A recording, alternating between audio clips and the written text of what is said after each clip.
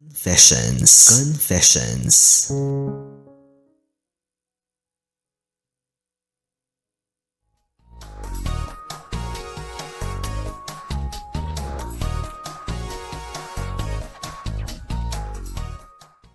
Bibi, na dapat ay mapakinggan mo.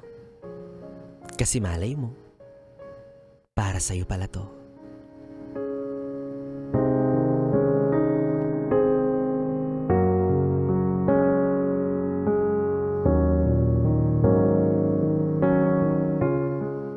Iresponsable ka tapos ako tanga. Kasi nagagawa ko pa rin na mahalin ka kahit wala kang kwenta.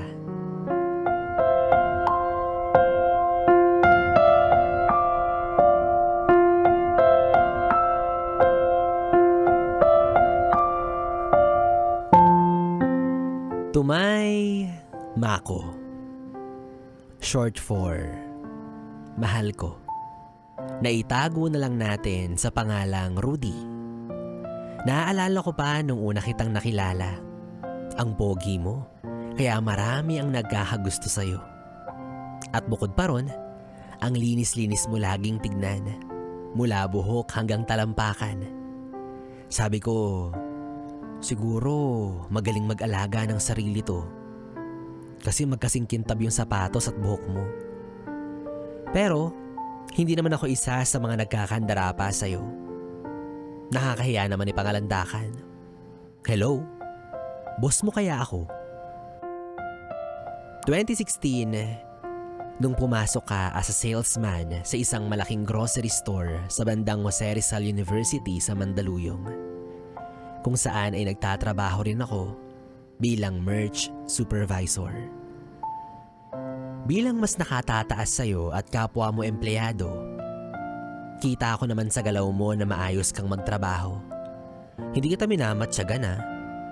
Siyempre, inoobserbahan kita kasi bisor mo ko. Dumaan rin ang mga araw.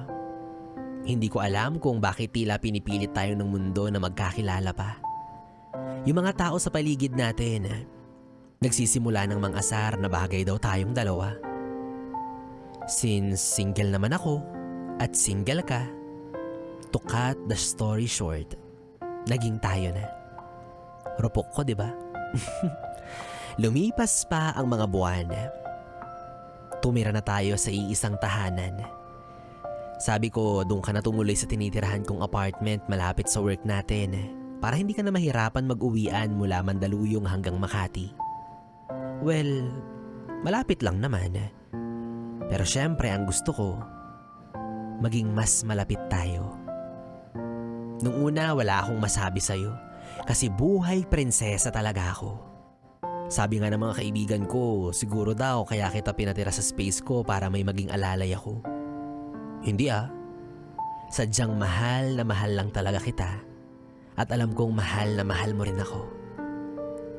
December 2016, nag-resign ka sa trabaho. Pinayagan kita kasi kamo nabu-burnout ka na at hindi mo na gusto ang sistema ng kumpanya. Kaya hinayaan kita. So ako na lang muna ang nagtatrabaho para sa ating dalawa. After 6 months, napansin kong parang wala ka pa ring balak na maghanap ng bagong trabaho. Akala ko naman bumubuelo ka lang. Nung tinanong kita, sabi mo, parang ayaw mo na maging empleyado. So ano? Ikaw na ang boss ko? Ikaw na ang masusunod? Inalam ko rin kung anong plano mo kaya naman naglatag ka ng mga plataporma na akala mo naman talaga matutuwa ako. Dito na lang ako para laging may maiiwan, para may tututok sa mga gawaing bahay, may magluluto, maglalaba, lahat yung gagawin ko para sa'yo. Sabi ko, okay. Sige, sinuportahan pa rin kita kahit na yung mindset mo ay pangtanga. Pero sa paglipas ng panahon parang hindi ko na yata kaya. Parang ginagago ko na rin yung sarili ko kakakonsinte sa pagiging irresponsable mo. Nagpabili ka ng motor kasi sabi mo hatid sundo mo ko. Pero ano, nagko-commute pa rin ako. Sabi ko, gamitin mo na lang yan sa negosyo. Mag-deliver ka ng kung ano-ano. Pero kamo, nakakahiya sa mga makakakitang tropa mo. Wow. At eto pa. Bumili ako ng automatic washing machine para pag maglalaba, hindi na ako mahihirapan magkusot at magpiga. Pero nung sayo ko na pinapagawa, kamo, hindi ka marunong. Hindi mo alam gamitin ang automatic na washing machine. Ang sarap mong imap.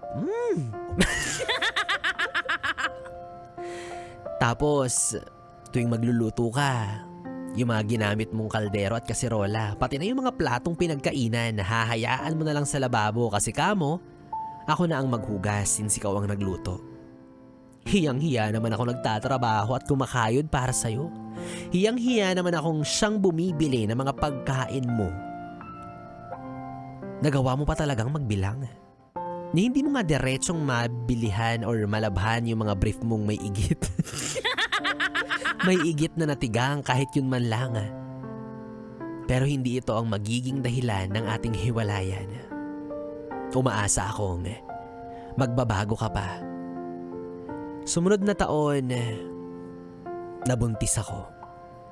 Unang anak nating dalawa. Oo, malamang nating dalawa. Kasi dalawa tayong nag-enjoy at nagsaya. Buti pa nga sa paggawa. Ganadong-ganado ka. Akala ko ito na yung pagbabago mo na pinapangarap ko pero anak ng teteng. Sa ilang beses na nagpa-check up ako bilang lang sa mga daliri ko yung beses na sinamahan mo ko. Suko na talaga ako sa'yo. Ang tanging pag-asa ko na lang ay yung magiging anak natin. 2018. Ito na yata yung pinaka hindi ko malilimutan sa lahat ng iyong katarantaduhan. Kabuwanan ko na. Anytime puputok na yung panubigan ko. At eto na nga. Paputok na. Pero parang mas mauuna pang pumutok yung ugat ko sa ulo dahil sa stress na dulot mo. Nakailang tawag at message ako sa'yo. Sabi ko manganganak na ako. Halos nakalabas na yung ulo. Wala akong kasama kasi nga wala ka. Kaya oo na. Sige na. Tanggap ko na. Nanganak ako ng mag-isa. Walang kasamang asawa. Alam mo kung bakit? Kasi nasa inuman ka. Inuna mo pa yung mga tropa mo. Sana, sila na lang yung binuntis mo, total. Mas madalas naman yung banding ninyo. Hindi mo naman sinabi. May advance celebration na pala kayo sa panganganak ko. Kaya alam mo, ang sama-sama ng loob ko sa'yo dahil sa pagiging irresponsable mo. Pero hindi ko alam. Siguro, irresponsable ka, tapos ako tanga.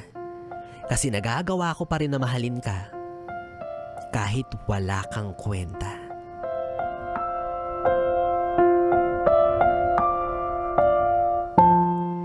Yes, it's me, Jonah.